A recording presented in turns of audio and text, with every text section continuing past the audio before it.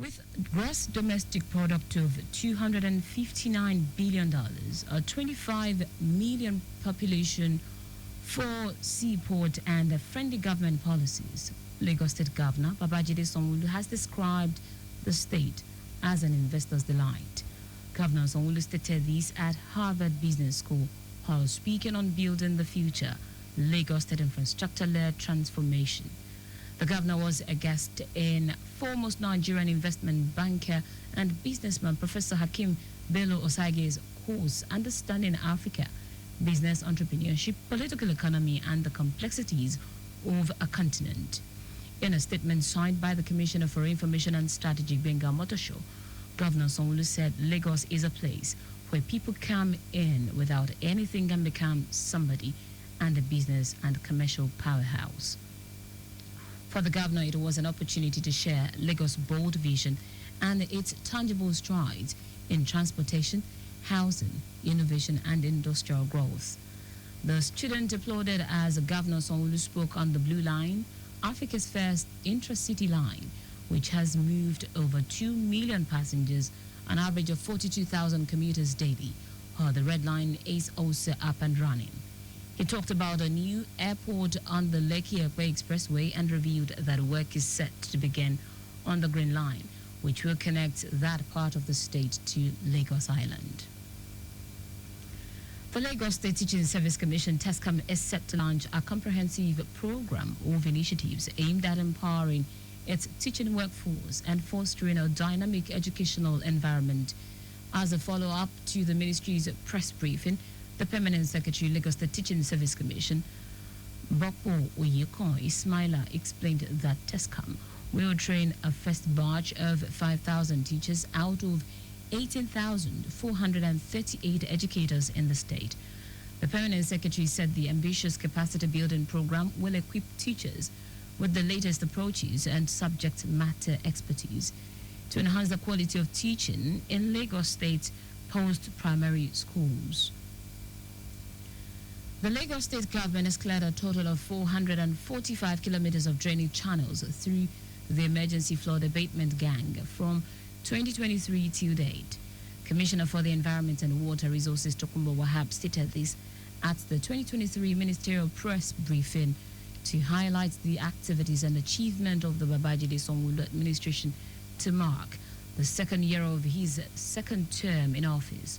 Wahab noted that in a bid to eradicate open defecation in line with the Sustainable Development Goal 6, the present administration is building another 150 public toilets, in addition to the 250 public toilets being executed through a public-private partnership under the Water, Sanitation and Hygiene Wash Initiative.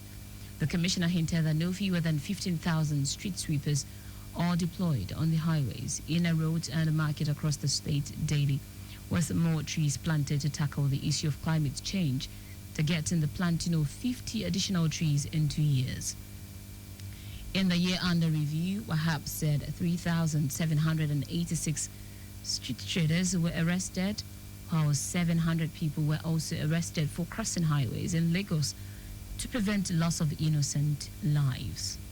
During the year 2023 to 2024, a total of 22.9 kilometers of collector drains and 12.43 kilometers of primary channels areas are in various levels of completion within the state, while an additional 36.44 kilometers of collector drains are going through procurement processes for the year 2025.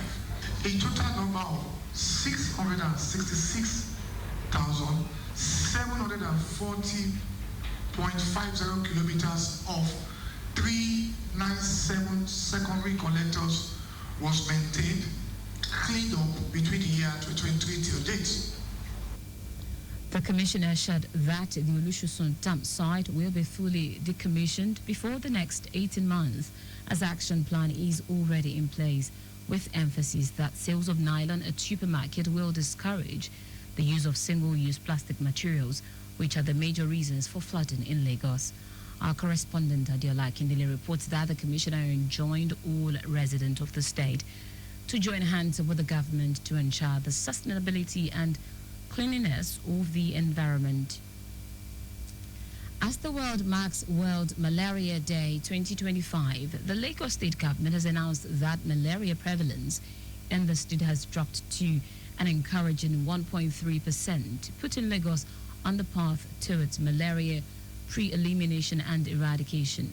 Speaking at a media and stakeholders engagement, Commissioner for Health Akin Abayomi emphasized the importance of data-driven public health interventions, noting that recent research from the Impact Project backed by the Lagos State government, the Federal Ministry of Health as well as World Bank has revealed a significant drop in malaria cases across the state. Abayomi raised concerns over continued misuse of anti-malaria treatment and called on healthcare providers, pharmacies, patent medicine vendors, and the general public to embrace evidence-based treatment practices and support the state's drive to eliminate malaria.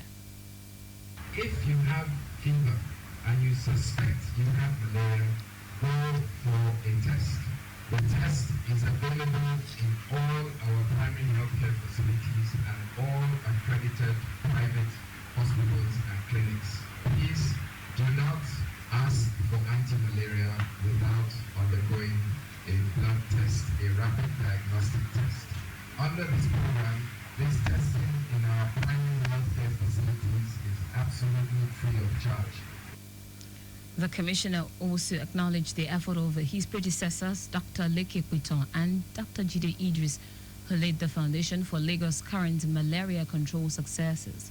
He noted that achieving elimination would require a multi-sectorial strategy involving digital solutions, robust data systems, infrastructure improvement, expanded health insurance coverage, strengthened human resource capacity, and active public-private partnerships.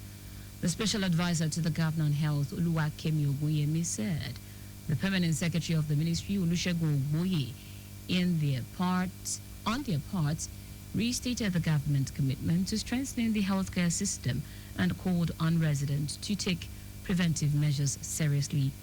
The Lagos State Ministry of Health, together with some development partners, hosted a symbolic awareness walk around Alausa as part of the World Malaria Day commemorative activities.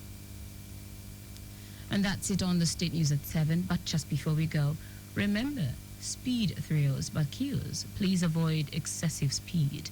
You can follow us and like all our various social media platforms: X at Traffic Radio 961, Facebook Lagos Traffic Radio 96.1 FM, Instagram Lagos Traffic Radio 961.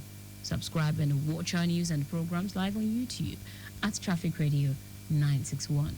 You can also visit our website www.trafficradio961.ng. Did you know that the Sanwo-Olu administration upgraded 2 higher institutions to universities? You can get more details on the Lagos State Government website. For contact with the newsroom, send a message to info@trafficradio961.ng. And that ends the news broadcast compiled by Aderayo Iduwolaya. I am Taiwo Baruwa. Thank you for listening. Good evening.